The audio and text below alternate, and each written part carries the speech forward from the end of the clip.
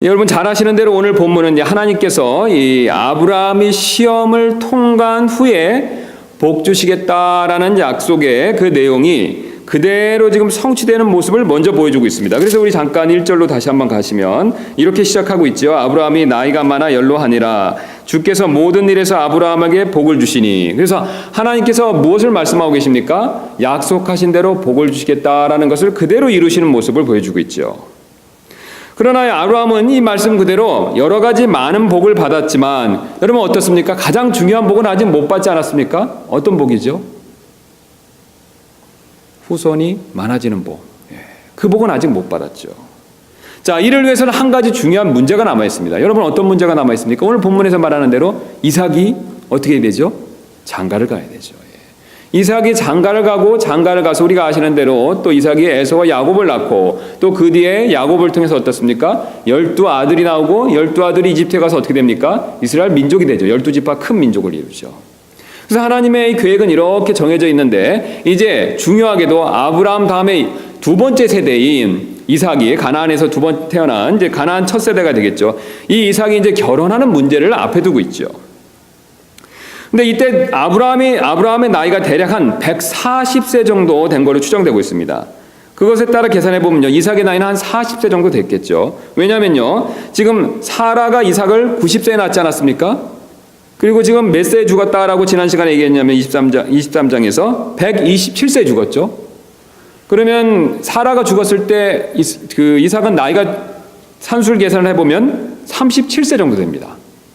그럼 37세에서 사라가 죽은 다음에 오늘 이삭이 신부를 구하는 일이 정확히 어느 정도 시간이 흘렀는지 모르겠지만 최소는 어떻습니까? 37세 이상은 됐다는 거죠.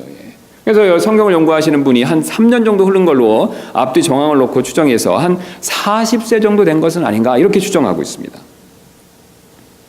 장가가기에는 지금 나이로 봤었을 때 이른 나이는 아니었었죠. 근데 이유가 있습니다. 우리가 뒤에서 살펴보겠지만 아브라함 지금 하나님의 약속이 성취될 것을 믿었기 때문에 특별히 이 가나안 여자 가운데서 이삭의 신부를 구하려고 하지 않고 있죠. 그 대신 어디에서 자신의 아들의 신부를 구하려고 하고 있습니까? 자신의 친족이 살고 있는 하란. 오늘 본문에서 나홀의 도시라고 부르죠. 그 하란에서 신부를 구하려고 오늘 이 모든 일들이 진행되는 것을 보여주고 있죠. 왜냐하면 왜 그렇습니까, 여러분? 왜 하나님께서는 왜 가나안 족속들 가운데서 이 이삭의 아내를 얻지 말라고 말씀하셨죠? 우리 앞에서 살펴보신 대로 창세기 15장은 어떻습니까? 이 가나안 족속들은 어떻습니까? 자신들의 큰 죄로 인해서 하나님께 저주를 받았죠. 그래서 이스라엘 백성들이 나중에 돌아왔었을 때 어떻습니까? 진멸을 당할 위험에 놓여 있다는 거죠. 물론 하나님께서 불공평하게 그들을 대우하신 것은 아니죠. 4세대 그것도 400년 동안 회개할 기회를 주셨는데 어떻습니까? 이 가나안 사람들을 회개하지 않았다는 것이죠. 자, 그래서 이 멸망받을 앞으로 회개하지 않음으로 자신의 죄 때문에 하나님이 그렇게 정해놓으신 것이 아닙니다. 회개하지 않음으로 멸망받을 수밖에 없는 그 가나안 족속들과 절대로 피가 섞이면 안 되기 때문에 같이 멸망받을 수밖에 없는 거죠. 그래서 하나님께서는 누누이 계속해서 강조해서 가나안의 딸을 아내로 취해서는 안 된다라는 것을 말씀하고 계시죠. 자, 그리고 이제 그 일을 첫 번째로 실행하기 위해서 이삭을 장가 보내야 되는데 가나안 땅에서는 가나안의 딸을 아내로 얻을 수가 없기 때문에 이제 멀리 하란으로 보내는 것이죠. 뭐 아브라함이 직접 갈 수도 있었지만 여러 가지 이유가 있어서 못 가는 것 같습니다. 왜냐하면 오늘 본문 보니까 아브라함이 나이가 많아 연로하니라. 그러니까 나이가 많으니까 이렇게 먼 거리를 갈 수 없겠죠. 우리가 대략 이 거리가 한 800km 정도 되는 걸로 추정되는데요. 그럼 800km 정도 되는 거리를 이 지금 아브라함 140세 노인이 노구를 이끌고 간다는 건 쉽지 않겠죠. 게다가 어떻습니까? 자기가 그럼 자기 집을 비우고 간다는 것도 여러 가지 부담이 되겠지 않습니까? 예. 게다가 또 이삭을 데려가지 말라는 이유도 여러 가지 앞뒤 문맥을 봤을 때 정황이 있죠. 여러분 왜 그랬습니까? 만약에 이삭이 거기를 갔다가 안 돌아올 수도 있죠. 처가살이를 하면 어떻게 됩니까?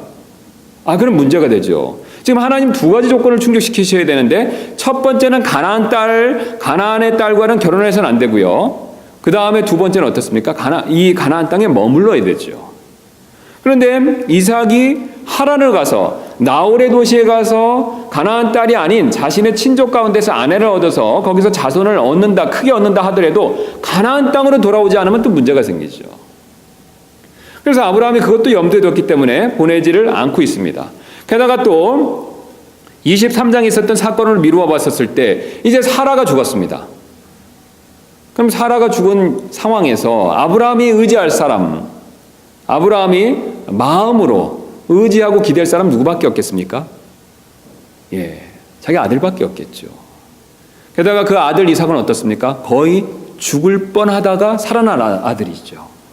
하나님의 시험을 통해서 사실 아브라함은 정말로 그를 바치려고 했기 때문에 아브라함의 입장에서는 죽었다 살아난 아들이 됩니다. 그래서 이런 정황 때문에 아브라함은 절대로 이삭을 보낼 수가 없죠. 자, 그래서 오늘 본문에 나오는 대로 아브라함의 종 중에서 나이가 가장 많고 그래서 자신의 모든 소유를 관리하는 종이죠. 그러면 이건 무엇을 의미하고 있냐면요, 아주 신실하다라는 것을 보여주고 있죠.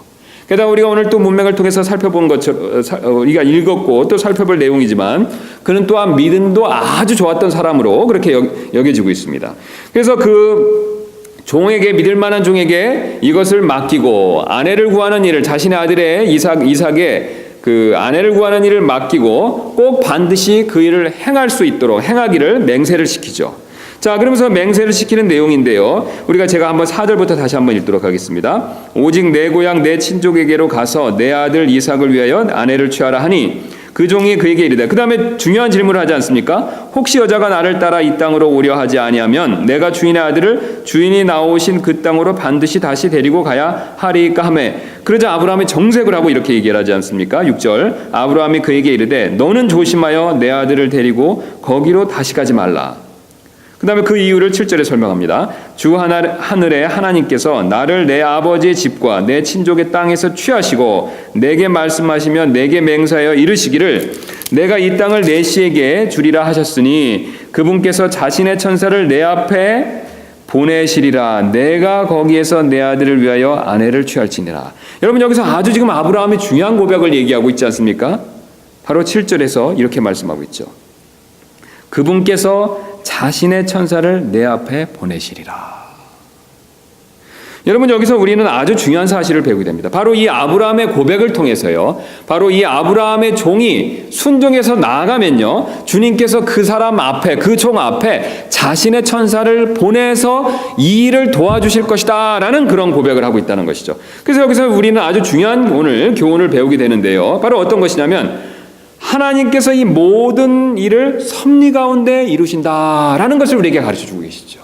하나님께서 모든 것을 이루시긴 하는데요, 섭리 가운데서 이루시는 것을 우리에게 지금 가르쳐주고 계시죠. 그리고 우리가 놀랍게도 이 사실을 깨달았을 때, 하나님께서 모든 일을 섭리 가운데서 이루신다라는 것을 우리가 영적인 눈으로 깨달았었을 때 우리는 나도 모르게 더 하나님께 큰 감사와 영광을 돌리게 된다라는 사실을 우리에게 가르쳐주고 있습니다. 오늘 사실 아브라함의 종은요, 어떻습니까? 리브가를 어떻게 했죠? 자신이 처음 도착한 우물에서 어떻습니까? 한 번에 딱 만나죠. 여러분, 그렇지 않습니까? 800km의 길을 여행하고 주소도 없습니다. 지금같이 그 당시에는 구글 같은 것도 없죠. 그다음에 이름도 모릅니다.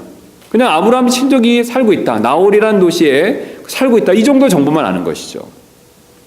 그래서 이 정도만 생각하고 그냥 믿음으로 하나님의 천사가 앞에서 길을 인도해 주신다라는 것을 그냥 붙들고 믿고 그렇게 갔는데, 여러분 어떻습니까? 나홀의 도시에 딱 우물에 도착하자마자 놀랍게도 바로 그곳에서 리브가를 만납니다. 사실 이 불신자의 눈에서는요, 아브라함의 종이 우연히 또는 어쩌다가 이렇게 리브가를 만난 것 같이 보일 수도 있습니다. 그래서 성경의 내용들을 진실되게 믿지 않는 분들은 이 내용을 보면서 그냥 어쩌다 우연히 만났겠지라고 생각하실 수도 있다는 것이죠. 여러분, 그러나 어떻습니까? 우리가 믿음을 가진 사람의 눈에서는요, 우리 삶에서 벌어지는 어떤 일도 사실 어쩌다 일어나거나 우연으로 일어난 일은 우리가 없다라는 사실을 이미 잘 알고 있습니다. 여러분, 정말 이 사실을 믿으십니까? 세상 사람들처럼 우연이나 어쩌다 일어난 일은 없다는 것이죠. 여러분, 이 세상의 모든 일은 사실 살아계신 창조주 하나님의 이 섭리 가운데서 일어나는 일들입니다. 오늘 하나님께서는 그것을 우리에게 분명히 보여주고 계시다는 것이죠. 비록 불신자의 눈에는 그렇게 보일지 모르지만 이 세상의 모든 일은 하나님의 보이지 않는 섭리 가운데서 이루어진다라는 것을 오늘 본문은 강조해서 우리에게 가르쳐주고 있습니다. 그래서 심지어 우리가 쉬운 예로 이 제비 뽑는 일, 이 일조차도 어떻습니까? 하나님의 섭리 가운데 일어나지요. 우리 잠언 16장 33절 한번 가서 확인해 보도록 하겠습니다. 아시는 말씀이지만 확인을 위해서 한번 가도록 하겠습니다. 살펴보겠습니다. 잠언 16장 33절입니다. 우리 다 찾으신 줄로 믿고 제가 받들어 읽도록 하겠습니다. 제비는 겹친 옷자락 속에서 사람이 뽑으나 그것의 모든 배분은 주께서 하시느니라. 여기 지금 뭐라고 말씀하고 계십니까? 두 가지 내용을 말씀하시는데요. 제비는 사람의 겹친 옷, 그러니까 사람이 숨어서 이렇게 사람을 뽑으나 그것의 결과는 누가 결정하신다라고 말씀하고 있습니까? 주님이 하시는 거죠. 제가 쉬운 예로 이 동전을 갖고 왔습니다. 우리 아시는 대로 $2짜리인데, 예, 이 동전을 제가 이렇게 한번 하겠습니다. 예, 잠깐 봐주십시오. 이렇게 해서 탁 던져서 잡았습니다. 자, 그러면 던졌는데 앞뒤는 결정은 누가 해주시는 거죠? 하나님이 해주신다는 거죠. 동전을 던진 거는요, 제가 했지만요, 이 결과는 누가 결정해 주시는 겁니까? 하나님이 해주시는 거죠. 여러분 정말 이 사실 믿으십니까? 예, 오늘 성경에 있는 인물들은, 신구약 성경에 있는 사람들은 이 사실을 믿었습니다. 그래서 실제로 초대교회 성도들은요, 죽은 가룟 유다 대신에 사도를 뽑을 때 어떻게 뽑았습니까? 제비 뽑았죠. 잘 아시는 내용이기 때문에 찾지는 않겠습니다. 제비를 뽑았다는 거죠. 두 사람의 후보가 왔는데 결국 어떻게 결정했습니까? 제비를 뽑아서 마띠아를 결정했다는 거죠. 제가 한번 읽어드리도록 하겠습니다. 1장 26절. 제비를 뽑으니 제비가 마띠아 위에 떨어지느니라. 그가 11사도와 함께 계수되니라. 여러분 어떻습니까? 아무것도 아닌 것 같은 이런 동전을 던져서 앞뒤 제비 뽑는 일도 누가 결정하십니까? 하나님이 결정하신다는 거죠. 그러면 이 일보다 더 중요하고 사실 더 의미 있는 이 세상의 모든 일들은요, 다 누가 결정하신다는 뜻이 됩니까? 우리 주님이 섭리 가운데서 하신다는 거죠. 물론 하나님이 로봇처럼 기계적으로 모든 걸 결정하신다는 뜻은 아닙니다. 아까 우리 잠언 말씀처럼 던지는 건 누가 던집니까? 사람이 던지죠. 그러나 그 결과는요, 하나님이 이끄신다는 거죠. 섭리 가운데서 이끄신다라는 것을 하나님이 분명히 우리에게 말씀해 주고 계십니다. 심지어는 구약에서도 이스라엘 백성들이 가나안 땅을 차지하고 그 땅을 배분할 때도 어떻게 했냐면 제비를 뽑았죠. 그래서 사도행전 13장 19절에서 이렇게 말씀하십니다. 가나안 땅에서 7민족을 멸하사 그들의 땅을 제비 뽑아 그들에게 나누어 주시고, 예, 하나님께서 그것도 섭리 가운데서 일하셨다라는 것을 그렇게 보여주고 계시죠. 이처럼 하나님께서는 섭리 가운데서 일을 하십니다. 로봇처럼 기계적으로 일하신다는 것이 아니라 사람의 의지와 행동을 쓰시지만 우리가 완벽하게 이룰 수 없지만 그 사이에서 하나님의 보이지 않는 손길을 통해서 자신의 뜻과 계획과 목적을 이루신다는 것이죠. 여러분 정말 이 사실 믿으십니까? 오늘 아브라함의 이야기를 통해서 그걸 분명히 보여주고 계시다는 거죠. 오늘 아브라함 이 사실을 분명히 믿고 있었습니다. 그는 이미 그 사실을 경험한 적이 있었죠. 언제 경험했습니까? 우리 한번 앞으로 가셔서 22장 13절 보겠습니다. 22장 13절 보니까 12절부터 읽겠습니다. 그가 이르되 내 손을 그 아이에게 대지 말라. 너는 아무 일도 그에게 하지 말라. 내가 내 아들 곧 내 유일한 아들을 내게 아끼지 아니하였으므로 내가 하나님을 두려워하는 줄을 내가 이제 아노라 하니라. 자, 이렇게 하나님께서 아브라함이 정말로 죽이려고 했을 때 그걸 막으셨죠. 두려워하는 줄을 하나님이 이제 알았다라고 말씀하시죠. 물론 하나님은 미리 알고 계셨지만 우리의 유익을 위해서 그걸 말씀을 통해서 공포해 주시는 것이죠. 또 아브라함에게 확인을 시켜주시고요. 자, 그러면서 이제 신기한 일이 벌어지지 않습니까? 13절. 아브라함이 눈을 들어 살펴보니 보라, 뿔이 덤불에 걸린 순양 한 마리가 자기 뒤에 있으므로 아브라함이 가서 그 순양을 가져다가 자기 아들을 대신하여 번제 헌물로 드렸더라. 여러분 어떻습니까? 하필 그 순간에 뭐가 걸렸습니까? 순양이 덤불에 걸렸죠. 믿지 않는 사람들은 우연이다라고 말할 수 있을지도 모르겠습니다. 믿지 않는 사람들은 어쩌다 그런 일이 있을 수도 있다라고 얘기할 수도 있을 것입니다. 여러분 그러나 우연은 없습니다. 하나님께서 섭리 가운데서 일하셨다는 거죠. 더 놀라운 것은요, 아브라함이 보시면 눈을 들어 살펴보니 보라. 근데 이 뿔이 덤불에 걸린 순양 한 마리가 어디 있었습니까, 여러분? 자기 뒤에 있었죠. 그런데 신기한 것은 아브라함이 만약에 이삭을 바치려고 하기 전에 그걸 봤으면 어떻겠습니까? 약간 고민됐겠죠. 그런데 아브라함이 정말 못 보고 죽이려고 하는 찰나에 하나님이 막으시고 신기하게 딱 봤는데 뒤에 있는 게 보였다는 것이죠. 여러분 여기서 우리는 하나님의 섭리를 발견할 수 있다는 것이죠. 우연으로 되는 일도 없고 그저 그렇게 아무렇게 되는 일이 없다라는 것을 보여주고 있습니다. 하나님이 섭리 가운데서 사람의 행동과 의지를 사용하셔서 그것을 이끄시는 모습을 분명히 보여주고 있습니다. 그래서 아브라함은 하나님께서 자신의 종에게도 섭리 가운데 일하실 것을 분명히 확신하고 계셨죠. 천사를 앞에 보내서 이끄실 것이다 이렇게 얘기했죠. 이 고백이 사실 성경에 기록된 아브라함의 마지막 고백이 됩니다. 여러분 사실 이게 어쩌면 아브라함에게 있어서 우리에게 보여주는요 유언가드 같은 장면이 된다는 것이죠. 아브라함이 이 성경을 읽고 있는 독자들에게, 우리 성경을 믿고 있는 그리스도인들에게, 또 이스라엘 백성들에게 마지막으로 자신의 신앙 고백의 내용을 보여주는 내용이라는 거죠. 바로 하나님께서 섭리 가운데 이끄신다라는 것을 마지막으로 그가 우리에게 지금 고백하고 있습니다. 이를 믿은 종 역시 어떻습니까? 나홀의 도시의 우물가에 도착해서 하나님의 인도하심을 기도하는 장면을 이어서 보여주고 있습니다. 그래서 왜 기도할 수밖에 없냐? 우리가 상식적으로 생각했을 때 뭐 아무런 정보가 없으니까 어떻습니까? 아브라함은 인도해 주신다라고 그렇게 자기한테 얘기를 해줬었고, 자기도 그런 것을 어느 정도 믿었었고, 그래서 하나님이 인도해 주시긴 할 텐데 어떻게 인도해 주시는지에 대해서는 정보가 없었습니다. 아무런 힌트가 없었다는 거죠. 자, 그래서 할 수 없는 이런 상황에서 아브라함의 종은 기도할 수밖에 없었죠. 자, 이렇게 기도하고 하나님께서 인도해 주시고 섭리 가운데서 자신을 이끄신다라는 것을 구체적인 증거를 통해서 보여주시기를 기도하는 모습을 보여주고 있죠. 그 내용이 어떤 것이냐면 우리가 읽어서 방금 아시는 것처럼 자신이 물을 달라고 어떤 소녀들이 왔었을 때 자신이 물을 달라고 요청할 때 어떻습니까? 자신에게만 물을 주는 것이 아니라요. 이 두 번째 내용이 중요합니다. 누구에게도 물을 줘야 된다라고 지금 요청하고 있습니까? 낙타들에게도 물을 주는 것이 필요하다. 그렇게 해주면 제가 알겠습니다. 라고 그렇게 기도한다는 것이죠. 사실 이 종의 요구는요, 대단한 일을 볼 수 있게 해달라라고 그렇게 기도하는 내용이 됩니다. 왜냐면요, 이 사람에게 목마른 나그네에게 우물가에서 이 물을 주는 일은 아주 흔한 일입니다. 성경은 오히려 그렇게 하라고 가르치고 있죠. 그건 너무나도 흔한 일인데 문제는 바로 이 목마른 낙타에게 물을 주는 일은 결코 쉬운 일이 아니라는 것이죠. 이 낙타라는 동물은 잘 아시는 대로 이 몇 달 동안 물을 마시지 않고 버틸 수가 있는데요. 그러나 일단 이 갈증 상태에서 이 낙타가 한 번 물을 마시면 한꺼번에 그 자리에서 한 100리터 정도를 마신다고 합니다. 대단하죠. 이게 참고 오다가 몇 달 동안 물을 안 먹다가요, 정말 갈증에 시달리다가 한 번 물을 먹으면 100리터를 먹는다는 거죠.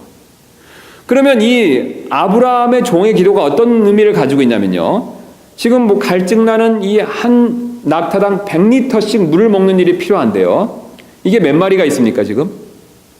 10마리가 있죠. 그럼 낙타들이 마셔야 될 물은 양이 얼마나 되냐면 최대한 1000리터 정도 있죠. 1톤 좀 가까이 된다는 것입니다. 그런데 문제는요, 이 물을 줘야 될 것이 우리같이 흐르는 강이나 냇가가 아니라는 것이죠. 어디입니까 여러분? 우물이죠. 우물에서 길어서 1톤가량의 물을 마시게 해줘야 된다는 거죠. 이건 사실 보통 쉬운 일이, 이게 보통 흔히 할 수 있는 일이 아니라는 것입니다. 처음 보는 나그네에게 1톤가량의 물을 길어서 낙타에게 그 물을 먹인다. 이건 분명히 쉬운 일이 아니라는 거죠. 자, 이렇게 하나님 앞에 기도를 했는데 그 기도를 막 이렇게 끝나기도 전에 어떻습니까? 너무나도 신기하게 리브가가 나타났다는 거죠. 여러분 참 놀랍지 않습니까? 그 기도가 마치기도 전에 하나님께서는 리브가를 보내셨다는 거죠. 그래서 종은 당연히 처음 나타난 이 소녀이기 때문에 리브가에게 물을 줄 것을 부탁합니다. 그러나 낙타에게 물을 줄 것은 그것마저도 부탁은 못하죠. 왜 그렇겠습니까 여러분? 이게 지금 1000리터, 1톤 가까이 물을 여자에게 이걸 주게 해달라고 말하는 것은 참 무리가 가는 일이지 않습니까? 지금 흥미로운 것은 여기 보면 17절 말씀 보겠습니다. 이 리브가가 지금 왔는데 항아리를 가지고 오는 모습을 보였죠. 15절 말씀 보겠습니다. 그가 말을 마치기도 전에 보라, 리브가가 물 항아리를 어깨에 메고 나오는데 그녀는 아브라함의 형제 나홀의 아내 밀가의 아들 부델에게 태어났더라. 지금 리브가가 어떻습니까? 항아리를 어깨에 메고 왔죠. 자, 그러면 항아리를 어깨에 메고 왔는데요, 이 항아리를 대략 그 당시 사람들이 쓰는 것으로 계산했었을 때 한 3갤론, 우유 하나가 한 1갤론이지 않습니까? 우리 이런 그로셔리 스토어에서 파는 그걸 3개가 정도 내면 11리터 되는데요, 한 이 정도 된다고 보실 수 있겠죠. 그러면 이걸 11리터로 계산하면요, 이 물을 길어 나르는데 1톤가량의 물을 마시게 하려면, 낙타에게 1톤가량의 물을 마시게 하려면 최소한 100번을 오르락내리락 해야 된다는 거죠. 우물물로부터요. 자, 그래서 그 내용을 지금 다음 이렇게 같이 보여주고 계시죠. 17절입니다. 그 종이 달려가 그녀를 만나 이르되 원하건대 16절부터 보겠습니다. 그 종은 보기에 심히 아름다웠고 지금까지 어떤 남자도 알지 아니한 처녀더라. 그녀가 우물로 내려가서 물을 항아리를 가득 채워가지고 올라오므로, 자, 지금 리브가가 자기 가족의 필요한 한 항아리만 가지고 올라왔죠. 이때 종이 물을 달라고 부탁합니다. 물을 달라고 부탁하자 18절 놀라운 대답을 하죠. 그녀가 이르되 내 주여 마시소서 하며 급히 물 항아리를 자기 손에 내려 그에게 마시게 하고, 그 다음에 19절 놀라운 말씀을 가르쳐주고 계십니다. 그에게 마시게 한 뒤에 이르되 내가 당신의 낙타들이 마실 때까지 그것들을 위해서 물을 기르리다 하며, 낙타들이 마실 때까지 물을 길겠다라고 말씀하고 있죠. 그 다음 20절입니다. 급히 물 항아리를 구유에서 비우고 다시 물을 기르려고 우물로 달려가서 그의 모든 낙타를 위하여 물을 기름으로. 여러분 어떻습니까? 놀랍지 않습니까? 산술적인 계산상 100번 가까이 우물을 오르락내리락 해야 되는데 그 일을 하고 있다는 거죠. 이게 여느 사람이라면 할 수 없는 일입니다. 그러니까 지금 아브라함의 종은 특별한 것을 요구했다는 거죠, 하나님께. 그런데 하나님께서 그의 기도가 마치기도 전에 리브가를 나타나게 인도하시고, 또 그가 요청한 그대로 스스로 이 낙타에게 물을 길어주겠다라고 그런 말을 하도록 인도하셨다는 거죠. 물론 하나님이 기계적으로 로봇같이 리브가에게 그런 말을 하라고 시킨 것은 아니지만 하나님이 어떻습니까? 섭리 가운데서 그 모든 일을 이루셨다는 거죠. 사람의 의지와 행동과 하나님의 보이지 않는 손이 오묘하게 조화를 이루면서 섭리 가운데 그 일을 이루셨다는 것을 보여주고 있습니다. 그 결과 이 종은 하나님께서 인도하시는 것이 맞는지 그것을 21절 묵묵히 바라보는 모습을 우리에게 보여주고 있습니다.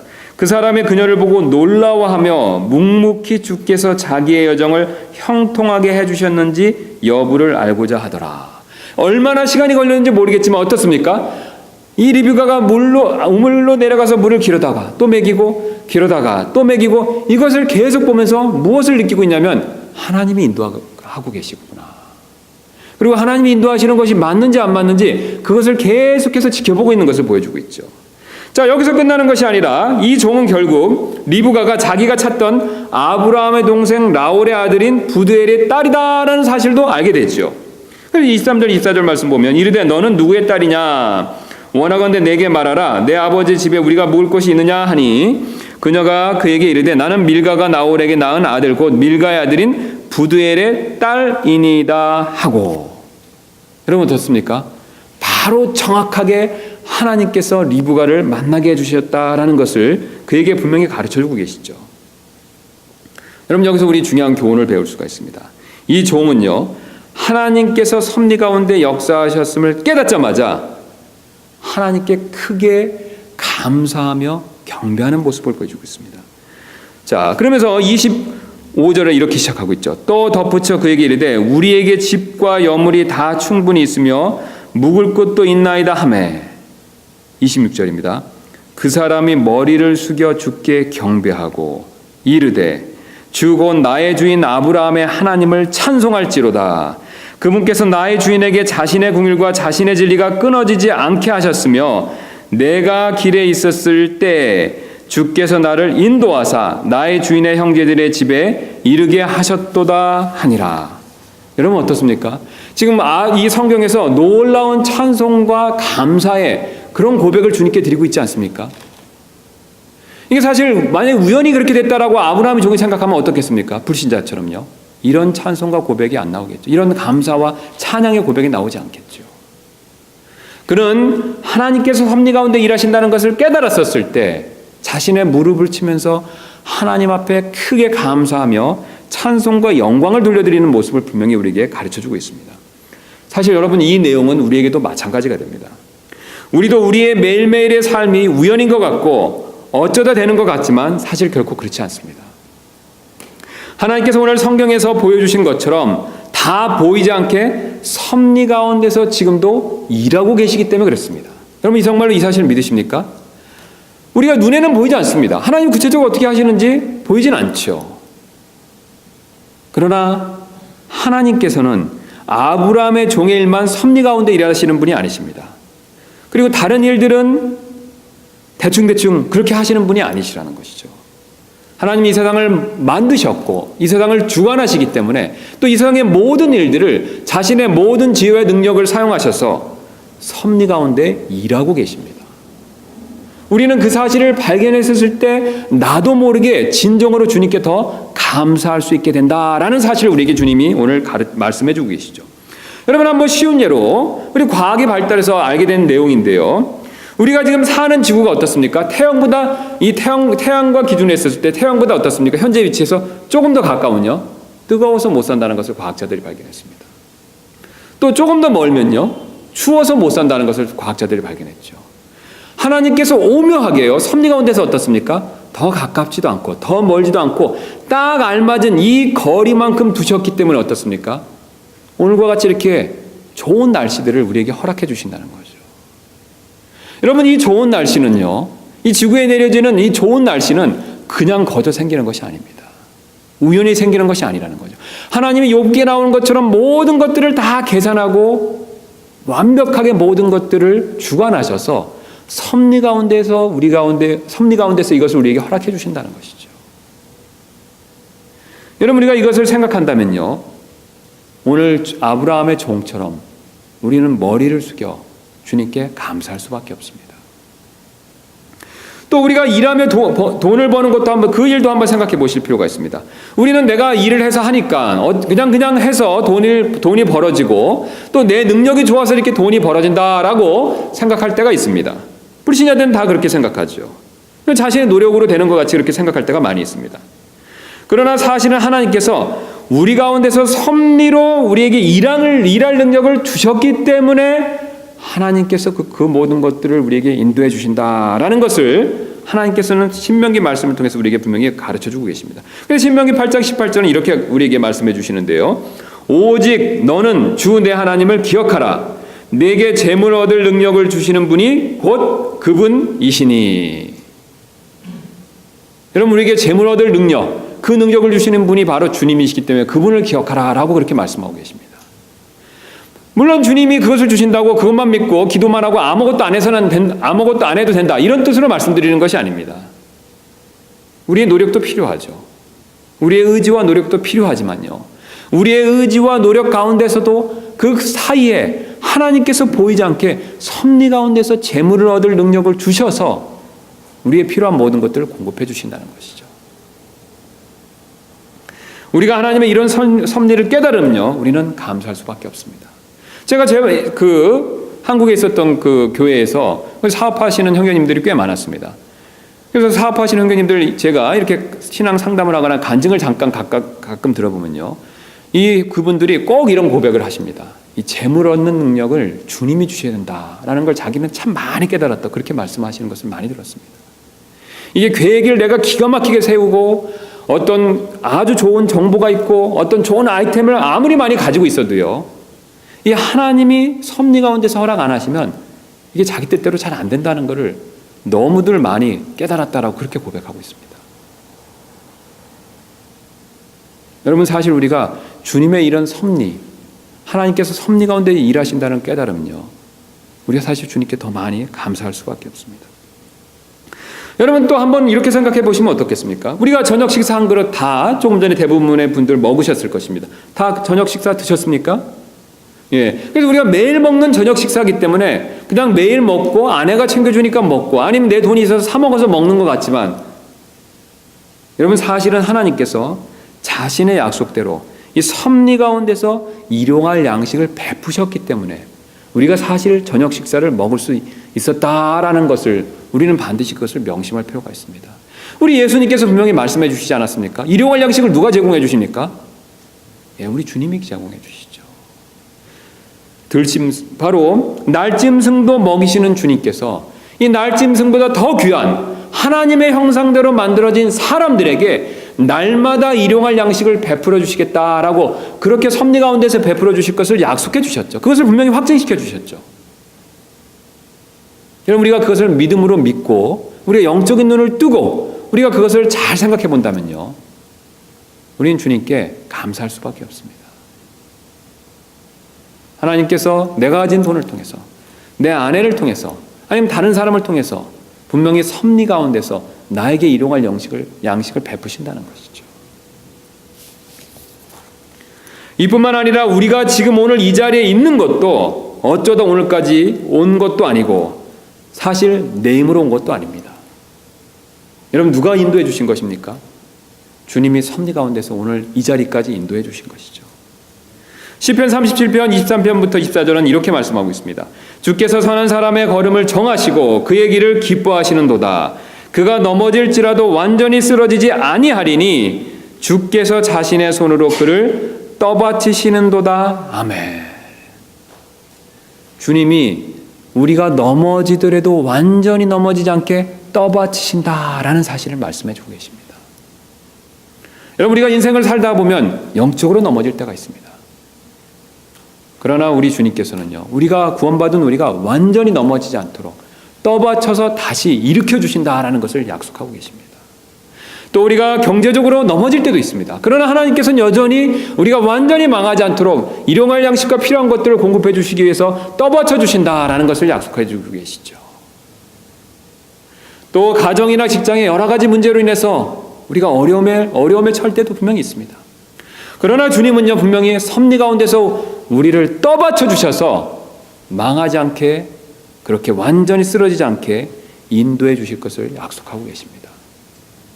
여러분, 우리가 그것을 생각하고요, 우리가 그것을 인정하고요, 우리가 그것을 주님께 믿음으로 고백한다면요, 오늘 아브라함의 종처럼 주님 앞에 저절로 나도 모르게 감사를 표할 수밖에 없습니다. 여러분, 사실 사도 바울이 왜 모든 일에 기뻐하고 항상 모든 일에 감사라고 명령하셨습니까? 바울은 그것을 영적인 눈으로 봤기 때문에 그렇죠. 우리에게 바로 그런 눈이 필요합니다. 이처럼 우리가 하나님께서 모든 일을 섭리 가운데 이루신다는 사실을 깨닫게 되고, 또 그것을 통해서 더 깊은 감사와 경배를 하나님께 드릴 수 있는 저와 여러분들 되시길 주님의 이름으로 소원합니다. 이제 두 번째 사실 한 가지 더 살펴보고 말씀을 마무리하도록 하겠습니다. 이 두 번째 사실은 바로 하나님께서는요, 우리는 이 결혼을 하나님께서 중요하게 여기시는 것만큼 우리도 동일하게 중요하게 여기는 것이 필요하다라는 것을 말씀해 주고 계십니다. 이 하나님께서 우리가 생각하는 것 이상으로 지금 결혼을 중요하게 여기시는 것을 우리에게 가르쳐 주고 계십니다. 그 근거로서 방금 우리가 읽었던 24장의 이 내용들은요, 이 67절까지 이어지면서 이 성경에서 절수가 창세기에서는 가장 많은 그런 장이 됩니다. 그러니까 성경에서 하나님께서 여러 내용을 말씀하시는데 그 중에서도 오늘 이 창세기 24장의 내용을 가장 많이 말씀하셨다는 거죠. 근데 24장의 주제가 어떤 내용이 됩니까? 결혼이 있죠. 이삭의 결혼입니다. 지금 하나님께서 이삭의 결혼에 대해서 상당히 많은 내용을 말씀하셨다는 거죠. 상당히 하나님께서 그것에 대해서 관심이 많고 우리가 알 것이 많고 하나님께서 그것을 중요하게 여기신다라는 사실을 우리에게 보여주고 계시죠. 그렇다면 하나님께서 이삭의 결혼 문제를 왜 중요하게 여기실까요? 우리가 앞에 살펴본 대로 어떻습니까? 바로 하나님의 약속이 성취되기 위해서는 이삭이 어떻습니까? 결혼을 잘해야 되죠. 결혼을 잘할 필요가 반드시 있습니다. 결혼을 잘해야 많은 자손을 낳고요, 많은 자손을 낳아야 400년 뒤에 4세대 뒤에는 이집트에 돌아와서 약속의 땅을 차지할 수 있기 때문에 그렇다는 것이죠. 그런데 하나님께서는요, 이삭의 결혼의 문제만 중요하게 여기시는 분은 아니십니다. 사실 우리 모두의 결혼 문제도 동일하게 중요하게 여기시죠. 왜냐하면 결혼은 이미 하나님께서 창세기 앞장에서 분명히 말씀해 주셨죠. 하나님의 축복을 담는 그릇 역할을 하기 때문에 그렇습니다. 하나님께서 우리가 이 땅에 사는 동안 필요한 여러 가지 복을 부어주시기를 원하시죠. 제가 지금 말씀드린 내용의 복은 뭐 부자가 된다, 무슨 어떤 갑부가 되는 그런 복의 내용을 말씀드리는 것이 아닙니다. 바로 하나님께서 우리에게 살아가면서 필요한 가장 기본적인 그런 복의 내용들을 얘기하고 있는 것이죠. 그래서 우리가 땅에 사는 동안 하나님께서 기본적으로 필요한 여러 가지 복들을 약속해 주고 계시죠. 그걸 하나님께서 하늘에서부터 실제적으로 부어주십니다. 성경의 야고보서에 좋은 것들은 하나님께로부터 다 주신다라는 그런 고백이 있지 않습니까? 그리고 하나님께서는 이 부어주시는 이런 복을 담는 그런 역할을 하는 것이 바로 가정이고, 이 가정의 시작이 바로 결혼에서부터 이루어진다라는 것을 창세기 앞장에서부터 계속해서 강조해서 우리에게 말씀해 주셨습니다. 그래서 제가 잘 드리는 말씀으로요. 자, 우리 결혼은 이런 컵에 비유할 수 있겠죠. 가정은 바로 이런 컵에 비유할 수 있겠죠. 하나님께서 하늘에서 좋은 것을 주시는데 비처럼 우리에게 필요한 복들을 내려주시는데 그걸 받기 위해서 우리가 그릇이 필요하듯이 우리의 가정이 그런 역할을 한다는 것이죠. 그럼 여러분 가정은 어떻게 구성됩니까? 아시는 대로 남자와 여자가 하나가 되는 것이죠. 남자와 여자가 하나가 돼서 한 가정을 이룹니다. 그리고 이 한 가정의 출발점이 바로 결혼이 되죠. 근거로 우리 창세기 1장 28절 잠깐 가서 확인해 보도록 하겠습니다. 하나님께서 이 가정을 통해서만 복을 풍성하게 내리기를 원하신다라는 것을 이미 창세기에서 말씀하셨죠. 창세기 한번 1장 보겠습니다. 1장 28절입니다. 하나님께서 그들에게 복을 주시고 하나님께서 그들에게 이르시되 다산하고 번성하여 땅을 채우라. 땅을 정복하라. 또 바다의 물고기와 공중의 날짐승과 땅 위에 움직이는 모든 생물을 지배하라 하시니라. 자, 하나님께서 복을 주시는 내용을 28절에서 말씀하시는데요. 28절에 서두에 이렇게 말씀하시죠. 그들에게 복을 주시고. 여러분 참 흥미롭지 않습니까? 남자에게 복을 주시고 라고 말씀하지 않고요. 또 여자에게 복을 주시고 라고 그렇게 말씀하고 계시지 않습니다. 여러분 어떻게 말씀하고 계십니까? 가정을 이룬 그들에게, 남자와 여자, 가정을 함께 이루고 있는 남자와 여자에게 복을 주신다라고 말씀하고 계시죠. 여러분 사실 아담은요, 여자가 지음받기 전에는 동산에 혼자 있었습니다. 그렇죠? 그래서 동산에 혼자 있는 동안 그는 생활할 만했죠. 먹는 문제 없었습니다. 또 동산에서 하나님께서 주신 명령대로 이 동산을 관리하고 동물들에게 이름을 지어주는 일에 별 문제가 없었다는 겁니다. 어려움이 없었었죠. 혼자서도 살만했다는 것입니다. 괜찮았다는 것이죠. 그래, 먹을 것도 잘 먹고 다스리는 일도 잘했지만요, 하나님께서는 이것을 보고 좋지는 않다라고 그렇게 말씀하고 계십니다. 그래서 뒤로 넘기시면 2장 18절 말씀 보시니까 주 하나님께서 이르시되 남자가 홀로 있는 것이 좋지 못하니 이렇게 말씀하시죠. 내가 그를 위하여 합당한 조력자를 만들리라 하시니라. 자, 지금 여기서 하나님께서는 남자가 혼자 있는 것이 나쁘거나 죄다라고 그렇게 말씀하고 있지는 않으십니다. 그러나 어떻게 말씀하고 계십니까? 좋지는 않다는 거죠. 죄는 아니지만, 나쁜 것은 아니지만 좋지는 않다는 거죠. 비록 아담이 혼자서 생활하는 데는 어려움이 없었습니다. 하나님의 임무를 수행하는 데는 큰 문제가 없었다는 거죠. 그러나 좋지는 않았다는 것이죠. 여러분 이것은 무엇을 의미하고 있습니까? 남자와 여자가요, 하나가 되어서 가정을 이루었었을 때 하나님의 주시는 복을 더 많이 누릴 수 있고 하나님께서 맡겨주신 일을 더 잘 수행할 수 있다라는 사실을 우리에게 분명히 보여주고 계시죠. 물론 성경은 독신을 허락할 때도 있습니다. 독신의 은사가 있다면 그걸 허락하고 계시죠. 그러나 남녀가 독신으로 사는 것보다는 결혼을 통해 가정을 이루어야 더 큰 복을 받을 수 있다라는 것을 말씀하고 계십니다. 이처럼 결혼은 하나님의 축복을 담는 그런 역할을 하기 때문에 상당히 중요하다라는 것을 강조하신다는 것이죠.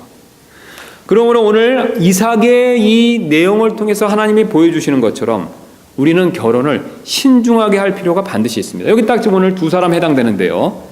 자, 그러나 우리 이제 이미 결혼하신 분들은 자녀분들이 계시기 때문에 이 자녀분들에게도 이 내용을 반드시 가르치실 필요가 있습니다. 또 손주분들에게도 가르치실 필요가 있죠. 사실 우리가 성경에서는요, 예수님을 구원자로 받아들이는 결정 다음으로 가장 중요한 결정이, 그리스도인에게 있어서 가장 중요한 결정이 바로 누구를 자신의 배우자로 받아들일지 결정하는 바로 이것이 된다는 것이죠. 주님을 구원자로 받아들일지 결정하는 것 외에 사실 그리스도인에게 있어서 인생의 두 번째로 중요한 결정은요, 바로 배우자를 누구로 받아들일 것인가, 이것에 대한 결정이 된다는 것이죠. 특히 그리스도인은 오늘 이삭처럼 같은 신앙을 가진 사람을 배우자로 맞이할 필요가 반드시 있습니다. 이 나이가 많다고 아무와 결혼해서는 안 되는 것이죠. 여러분 오늘 이삭은 나이가 몇 살이었습니까? 40이죠. 노총각이죠. 지금 봐도 노총각입니다. 노총각이니까 나 너무 늦었으니까 그냥 가나안 여자하고 해야지, 그렇게 하지 않았다는 것이죠. 사실 이삭이 40살까지 기다린 이유가 있습니다. 여러분 이유가 있었죠. 자, 그럼 다시 한번 본문으로 가시면 여기 보면 22장에 그 이유가 나오죠. 22장 20절 보면 이 일들 뒤에 어떤 사람이 아브라함에게 고하여 이르기를 보라 밀가도 당신의 형제 나홀에게 아이를 낳았다 하니라. 자, 어떤 사람이 아브라함에게 자신의 아브라함의 형제인 나홀이 밀가를 통해서 자녀를 얻었다라는 사실을 가르쳐줬죠. 사실 아브라함은 가나안 땅에서 여자를 얻어서는 안 된다, 며느리를 봐서는 안 된다라는 것을 알고 있었습니다.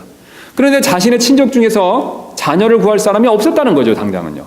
그런데 하필 그때 좋은 소식이 왔습니다. 자기 친족 가운데서 바로 하나인 나홀이 아이를 낳았다는 거죠. 8의 형제를 낳습니다.